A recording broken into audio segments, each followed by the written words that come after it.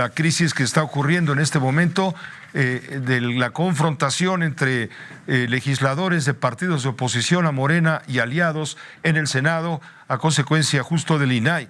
Creo que es momento de estar en comunicación aquí en el estudio, en vivo, con el maestro Alfonso Zárate. Él es un periodista de gran prestigio, usted lo conoce, colabora con nosotros, él publica su columna Los usos del poder en el periódico El Universal, también es presidente del Grupo Consultor Interdisciplinario, que es una firma especializada en estrategia de comunicación política, y colabora con nosotros. Bienvenido, Alfonso Zárate. Creo que el tema, vamos, no necesita introducción.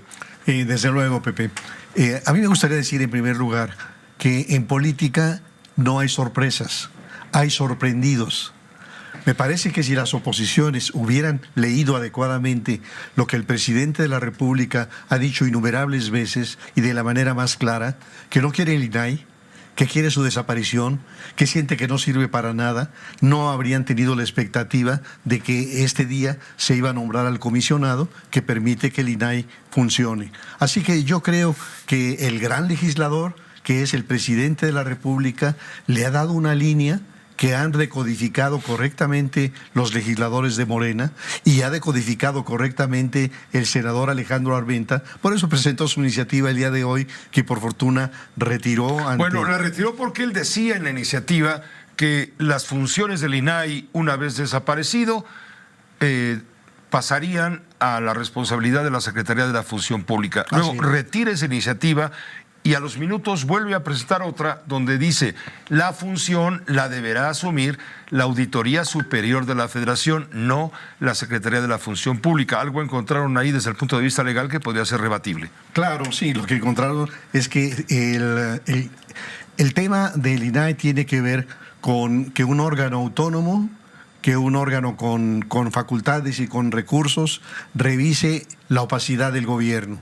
Y no podría hacerlo la Secretaría de la Función Pública. Te recordarás, Pepe, el caso de Peña Nieto con la Casa Blanca. Sí. Cuando le dio instrucciones al secretario de la Función Pública, a Virgilio Andrade, que hiciera la investigación, y al propio tiempo le advirtió: pero no hemos hecho nada ilegal.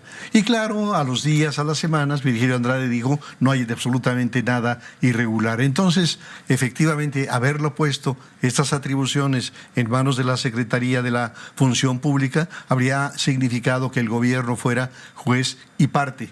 Quizá el hecho de que sea la auditoría da un poco más la impresión de que hay un órgano autónomo. Una autonomía, a cierta distancia, sí. Pero a mí me parece que es importante decir que este gobierno tiene una claridad respecto a el repudio que siente por los órganos constitucionalmente autónomos. Es decir, el gobierno tiene un rechazo total a lo que signifique un contrapeso al enorme poder del presidente de la República. Pero hay un segundo dato que tiene que ver con esto, y es que un gobierno que está entregando los contratos y las concesiones prácticamente más del 80% sin licitación o en licitaciones restringidas o de dedo, necesita la opacidad, necesita la oscuridad y, en tercer lugar, Pepe, porque necesita los recursos. Hay que recordar que cuando arranca este gobierno, en los primeros días, el presidente nos dice que el combate a la corrupción va a generar suficientes recursos como para fondear los programas sociales. Obviamente no alcanzó. Lo que siguió entonces fue desaparecer organismos y desapareció el Consejo de Promoción Turística, el Instituto de Apoyo a los Emprendedores, el INAPAM, ProMéxico, y no le alcanza. Y lo siguiente es ordenar un recorte draconiano a la administración pública y no tiene suficientes recursos. Y lo que sigue es apretar a través del SAT a los grandes evasores fiscales y no le alcanzan los recursos. Y después desaparece más de 90 fideicomisos y no le alcanzan los recursos. Entonces el gobierno está de una manera muy agresiva buscando de dónde puede encontrar todavía ahorros o recursos para canalizar a sus programas sociales. Y por cierto, yo adelantaría que lo que va a ocurrir en el próximo gobierno es que van a encontrar una hacienda pública desfondada. Es decir, que la manera en que se están financiando los apoyos sociales está generando una serie de distorsiones que va a dejar un asunto muy complicado para el sucesor del presidente. Apenas la semana pasada, donde estás tú sentado, estuvo con la audiencia y con nosotros José Ángel Gurría.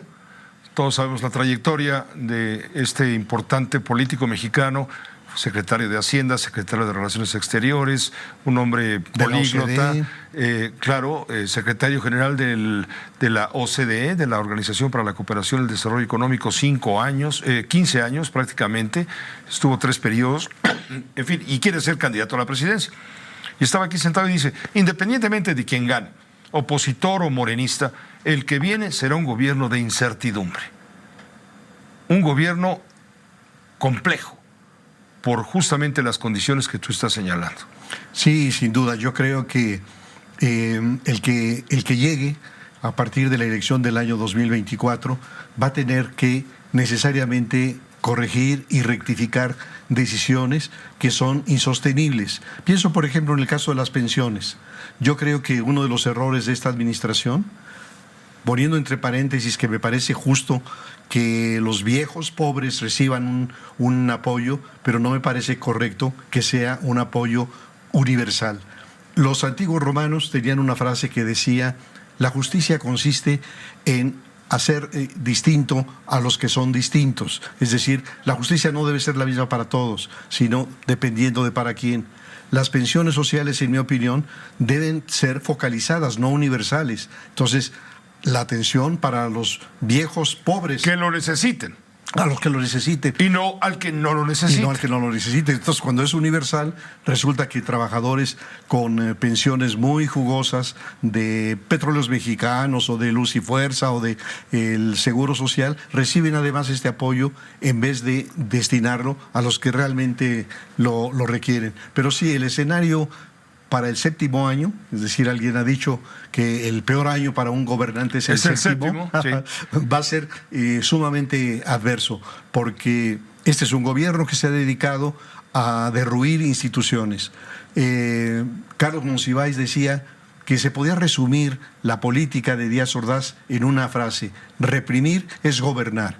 Y yo diría que hoy, a la vuelta de más de 50 años, podemos resumir el gobierno de Andrés Manuel: derruir es gobernar. Muchas gracias, gracias Alfonso por tu comunicación. Con mucho gusto. Que te vaya muy bien, gracias por tu comentario. El maestro Alfonso Zárate, periodista, Los Usos del Poder, siempre con usted los jueves. Aquí se escuchan todas las voces. Opina con nosotros. Envía tus comentarios por WhatsApp